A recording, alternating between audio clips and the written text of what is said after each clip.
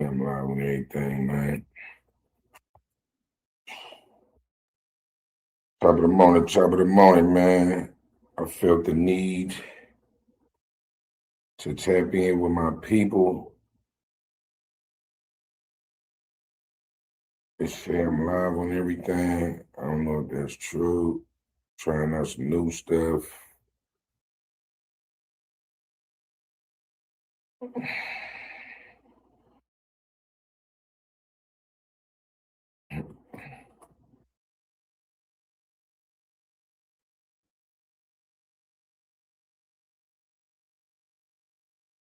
Let me see. My bad. I'm just trying to see if it's going Instagram live too, because it say I'm live Instagram too, but I don't see the live though. Let's see.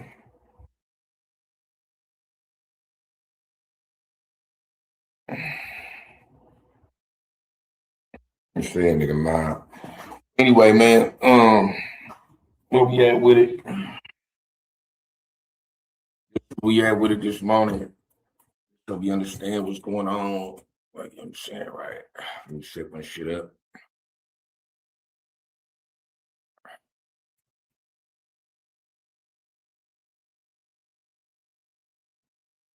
Top of the morning, man. This is what I want to give to you, right? Just so we understand where we at with it. The other day, right? You know what I'm saying? We did a podcast on the Sunday cookout. We did the cookout, you know what I'm saying? It was fun and games. There was a lot of shit going on, a lot of ignorance. Like you feel me, you know what I'm saying? You know, people like to tap into the ignorance. So I ain't hating on the ignorance, you know what I'm saying? I understand this is the nature of the internet. The internet is like, you know what I'm saying? If I post something positive, it get a couple of hundred views. If I post something that got to do with freeing the slaves, it get a couple of hundred views. But if I post like some murder or somebody hating on somebody or some, sorry about that, unaliving, because I got to be cool about my YouTube, right? You know what I'm saying, right? That the views go crazy, right? Shout out to my boy Rick, you know what I'm saying, masked up at all time, you know, figuring out life for us, you know what I'm saying, on that side. On the free but not free side, though, you feel me? I'm saying the people that's been incarcerated, the people that's still incarcerated, and to the two people that was on the live, it was three. CJ had tapped into. Shout out to CJ had tapped into, but the two people, Bobby Yeye and King James, right? I was listening to him as I was rocking, right? And if you ain't seen that live, go back to it. You go to Reckless Podcast. You could that's where it's posted at the full video. You could go to any of my any of my IGs. If you know, I got about 4 or 5 of them. Plus, we got Frequency 99 rocking, or this channel, whatever. You can look at the clips and the two people on there, the brothers on there, man. It was like a lot of drama. It was a lot of stuff going on. A lot of like, you know, you don't know if it's true. He said, you know what I'm saying? And shout out to my LA brethren. I know the gang lifestyle sometimes is the culture. We just kind of can't shake it.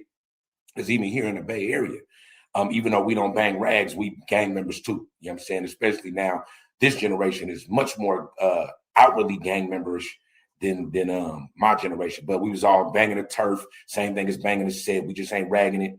You would kill or die for it, for shit that you don't own. That's just period what it is, right?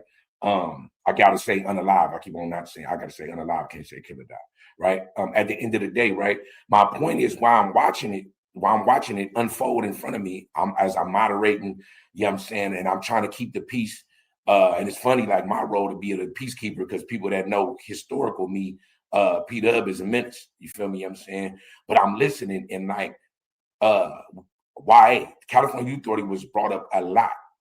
Like, you know what I'm saying? YA, anybody that don't know what the California Youth Authority is, I'm gonna give you a quick tutorial, right? If you from California, you probably know what it is, especially if you like over 30. Like, you know what I'm saying? California Youth Authority, CYA, was a horrible place to be. You know, they're giving out lawsuit money for it now. I think LA already got I think they gave them like a couple of $100 million. Like, you know what I'm saying, that was dispersed amongst people, victims. Like, you know what I'm saying? I think they're supposed to be giving out some money in the Bay. You know, they kind of moving through the system, whatever. But California Youth Authority, bro, when you was there, it was a badge of honor. It was the baby pen. Like, you know what I'm saying? The staff that worked there, whether they was youth counselors, whether they was like, you know, like the kind of security counselors, they was horrible. Like, you know what I'm saying? That, and like anybody that worked there back in that era, I apologize to you if you was one of the ones that was trying to teach us something and guide us in our way. But to the rest of them, like, bro, like if you was in California Youth Authority, which we was called YA babies, it's still in you now. Like, it's still in you now. And I'm on a panel the other day, and I'm like, listen, they talking about YA. So I'm like, I'm 47. They talking about YA. They like younger than me. One of them 40. I think they're around the same age. But it's like, look, at 40-some years old, YA was still being invoked. Not just, it wasn't even being invoked like on no shit like, it was being invoked like on a gangster level. Like, you know, when you was in YA, man, like the YA mentality was, even with the police in there, with the staff, the harder you was, the more rewards you got. If you was smashing, if you was whooping ass, if you was a leader, a gang leader, if you was a boss, you know what I'm saying, right? That don't matter if you was black, Hispanic, Asian, whatever, right? You got the perks. That's how it was. If you was a sucker, if you was prey, any of that, even the staff preyed on you. You know what I'm saying? So imagine your son or daughter going to the California Youth Authority, and you know they soft. Like, you know, it's a kid, 13 years old, 14 years old. Yeah, first time I went, I was 13. Like, you know what I'm saying? And for those that remember why, my first YA was 68877. And then I recommitted and I became a 74093. And the point of me even talking about it is like, when you was in there, imagine your son or daughter going, you know they soft. And ain't nobody in there to save them, right? Ain't nobody in there to save them. The police, nobody in there to save them. They every day get preyed on. And you know they probably messed up one time in their life and they got there, and that's how it ended up being, right? And they go through that where they end up being a victim or they end up going up and being a victimizer. Because sometimes you might go in there soft, you come out a fighter, right? And it never leaves you. It never leaves you. You know what I'm saying? It's like a part of you was born a demon child within you that you could never, you know, totally exercise. You feel me? And I'm listening on a panel at two grown men. You know, no, I'm saying this respectfully. I'm saying this with pain in my heart. I'm saying it to you, right? I'm talking to you as an OG, and I'm listening to him, and I'm like, the battle scars of the California Youth Authority, and like to any, I'm saying CYA, but if you in any state, I'm sure you had some type of programs like this, and I'm sure you empathize and sympathize, right? I could hear the trauma. I could hear grown men not knowing how to go, hey, bro, you hurt my feelings, bro, when you got at me like that. That wasn't cool, bro. Let's holler about it. And another man going, you know what, man, you right. I shouldn't have done it. I was just as petty as you. But that YA mentality, it almost dares you to go against it, right? And I've been to the California Youth Authority. I've been to juvenile hall. I've been to county jail. I've been to the state penitentiary. I've been to the feds, right? So I done went through almost every part you could go through, like, you know what I'm saying? And the trauma don't stop, right? And sometimes I literally, like, you know, I could literally be in a place of cheer and positivity, and out of nowhere that could just disappear. Like, out of nowhere it could just be gone and be and vanish, and I could be going through a world of pain and hurt and can't even express it. I could sit by myself in a room and shed some tears and don't even understand why. I could be angry about stuff and want to act out and kind of don't really get it, right? You know what I'm saying? And I'm watching the panel and I'm like, damn, it was a marathon too. We was on live for like, I wish we was live streaming on Twitch or something like that, because we probably would have got some coins, but we was live streaming for 2 hours and 44 minutes. And I was watching the brothers go back and forth about issues that probably to me seem like they're pretty solvable. Either we just, you know, either squash it and apologize, hug it out, or we just don't talk, right? But when you talking to people that's traumatized, when you talking to people that got PTSD and don't really know how to deal with it, or probably don't even recognize that they got it, it's difficult for men to go, hey, bro, man, let's just let it go. Because one man might say that and the other man say something else. Now you feel like a sucker. And plus, we're in front of a live studio audience. So a lot of men, it's hard for us to break it down when other people watching, right? And it's sad. It's sad. And I'm telling you that I'm not saying it's just, I'm just judging like it's not in me too. But it's just funny, not in a laughable way, to when you sit back and watch it in real time, and you watch it unfold in front of you, watching grown men go, hey, they really tripping on each other. Like, this could lead to being unalive. This could lead to something that's very detrimental to your heart and soul. It's like, it's a real thing. Like, you know what I'm saying? And you could be so out of control and out of touch with it that literally on a recorded device, you could threaten another man's life and just out of control with it and don't understand what you're doing, right? So like it made me kind of touch bases back to my real true essence of who I'm supposed to be and what I'm supposed to do in this world. Like, you know what I'm saying? Like everything I learned throughout the course of these breaks from freedom. And that's why Free But Not Free was spawned and born. It was because of that. Like, you feel me? You know what I'm saying? Right. And that conversation, even though it wasn't really all the way a conversation, at the end, it kind of got together. And I understand some people, it was just content, right? But I seen the trauma. I seen it. And Free But Not Free is supposed to be about that. You know, the FBNF, I made it a media arm for sure. You've seen, if you watched any of my interviews, when I'm talking to people about recidivism, reentry, I'm talking to people, we might be talking about bank robbery, we might be talking about what it was like to be with Mac Dre, we might be talking about other things, but almost everybody that you ever seen on my panel has some type been incarcerated. They had some type of reform going on. They, they might have went back a few times and they trying to figure out reentry. So shout out to all my brothers that sometimes, like, since we both, all of us been out, we ain't really kind of kept in touch like what we supposed to with the support groups and stuff, because everybody trying to work and stuck in the matrix trying to figure it out. But shout out to all my brethren, man. Like, you know what I'm saying? I ain't been out a year yet. And to people that either don't know I've been incarcerated recently, or people that do, sometimes the way I move and make it seem like it's simple. Like I'm rocking, like, you know what I'm saying? Like, you got it, like, you know what I'm saying? But people don't know what it's like when the camera's off. People don't know what it's like when I'm by myself, chilling, looking in the corner, a dark man in my head, like, you know what I'm saying? And it's there. And I watched it unfold the other day. So what I would like to do is I would love to just extend any olive branches to people that want to talk about stuff like that. It don't got to be on camera. You could just hit me up. You hit me up in a DM. You know, you could leave me a message.